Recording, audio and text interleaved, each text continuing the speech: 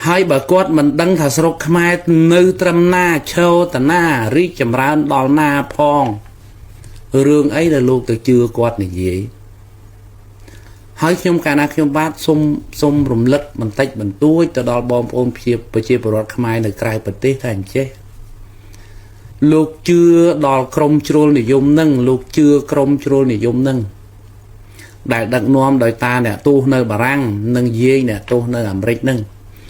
lúc miền trung ngol thế lúc miền trung ngol ta hai ấy bom ôn bị chia bọt khmai chết đó bầm bay liền nè nơi không prairie chia này chả Campuchia lúc nơi sọc ban lúc quam trori rồi thà bị ba lúc nơi sọc san không sủng cung ban cho hai ấy bom ôn của man nè nơi cài bật tê nung lúc mình ao đầm lái đó bị chia bọt khmai chết đó bầm bay liền nè nâng phong bà hai rứa có lúc kết than lúc nè chỉ nè che bom ôn bị chia bọt khmai chết đó bầm bay liền nè nó không viên chấm nè đăng ấy tầng rứa cái chàng mấy mà lúc kết mơ bom ôn bị chia bọt nơi không sọc nè chết đó bầm bay liền nè lúc nơi sọc san lúc rùa riêng miên dù vật không chi vào phép thu thia son từ sọc lọ ai cho bom ôn mấy chỗ trẻ đăng chiêng nè không bị chia bọt nơi không vật tê bữa tới cho tha cam bị chia à cọ tam này vô bài krom trôi này dùng nơi cài bật tê plom từ chuyện lúc mấy cho mình kết mơ phong lúc ao đầm lái đôi bị chia bọt chết đó bầm bay liền nè phong bà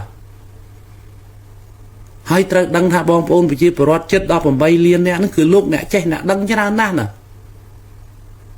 ba nè che nè đăng cho ra nè tại che ấy tại anh nơi cài bật tê nó riêng đó nè hai ấy màu vi đầm lái thả bom ôn bị chia bọt khmai chết đó bầm bay liền nè nó không bật tê khóc đại chưa rồi thà bị bà lưng chặt tục thật không mau bị ấy khu các ba ấy nương vào mang cả lâu bà khu các ba ấy vào mang cả lâu hỏi khu các ba bom ôn bị chia bọt tiền chết đó bầm bay liền nè nó không bị chia này chả Campuchia nữa khu các ba vào mang cả lâu mấy có anh con bao nhiêu kỳ mày bà chẳng nhom cả nam ăn dây là không riêng tây đi con tại chọn ở bom ôn bị chia bọt khmai nè nơi cài bật tê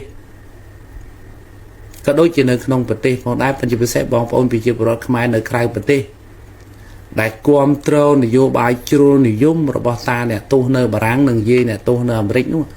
សូមគិតគូរពិចារណាសារថ្មីបាទលោកដើរផ្លូវខុសហើយខុសនៅត្រង់ដូចខ្ញុំកាលណាក៏បាននិយាយយ៉ាងខ្លះទៅនៅស្រុកគេមិនទាំងស្គាល់ស្រុកខ្មែរយ៉ាងម៉េចផងវាទៅជាជឿតាមតាអ្នកទោសនៅបារាំងជឿតាមនយោបាយជ្រុលនិយមរបស់តាអ្នកទោសនៅបារាំងវាទៅជានិយាយរិះគន់ខ្មែរនិយាយជន់ពន្លិចខ្មែរ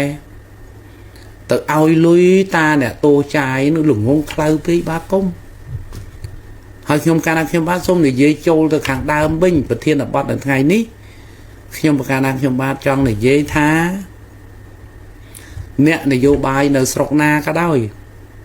ប្រទេសតូចក៏ដោយប្រទេសធំក៏ដោយគឺតែងតែអូសទាញប្រជាពលរដ្ឋហ្នឹងឲ្យទៅឈរខាងខ្លួនអ្នកនយោបាយតែអញ្ចឹងឯង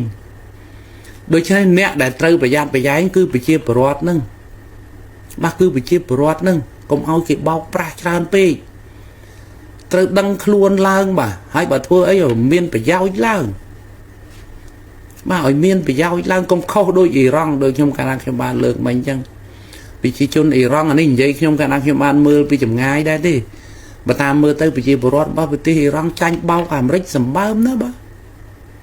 ចាញ់បោកនៅត្រង់ថាសុកចិត្តធ្វើបាតកម្មស្លាប់ដល់ជាង 50,000 នាក់គ្មានអ្នកណាទាំងនឹកដឹកឃើញផងអាមេរិកជួលអាមេរិកឲ្យលុយធ្វើទេចេះតែធ្វើតាមគេដោយមិនគិតគូរពិចារណាសោះគោលដៅអាមេរិកចង់ឲ្យផ្ដួលរំលំរបបដឹកនាំអ៊ីរ៉ង់នេះប៉ុន្តែដោយផ្ដួលរំលំមិនបានហើយប្រទេសព្រះធេរានុត្តរៈគ្រប់ព្រះអង្គនិងលោកតាលោកយាយព្រះមេលោកអ្នកស្ដាប់លោកមើលប្រទេសនៅលើពិភពលោកមើលប្រទេសនៅលើពិភពលោកនេះរួមទាំងបទពិសោធន៍របស់ប្រជាជាតិអាចារ្យកម្ពុជាផងទៀតគឺ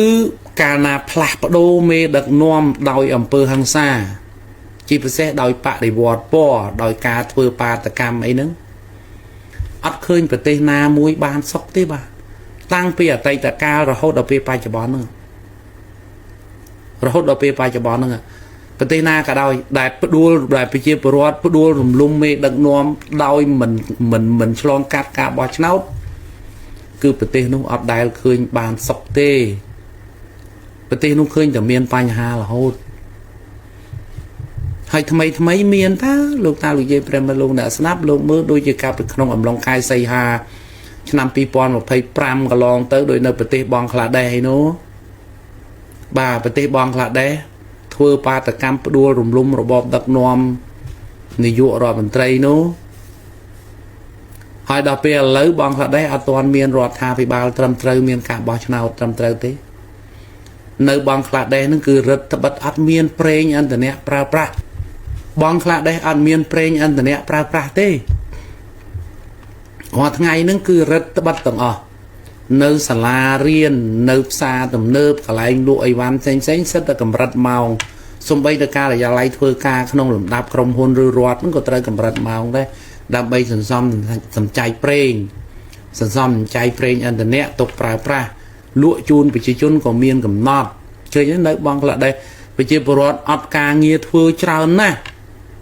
ហើយប្រជាពលរដ្ឋបង់ក្លាដេសអត់មានអាហារទទួលទានគ្រប់គ្រាន់ប្រចាំឆ្នាំទេណាបាទដូច្នេះការផ្លាស់ប្ដូរមេដឹកនាំដោយមិនឆ្លងកាត់ការបោះឆ្នោតគឺបែបអញ្ចឹងឯង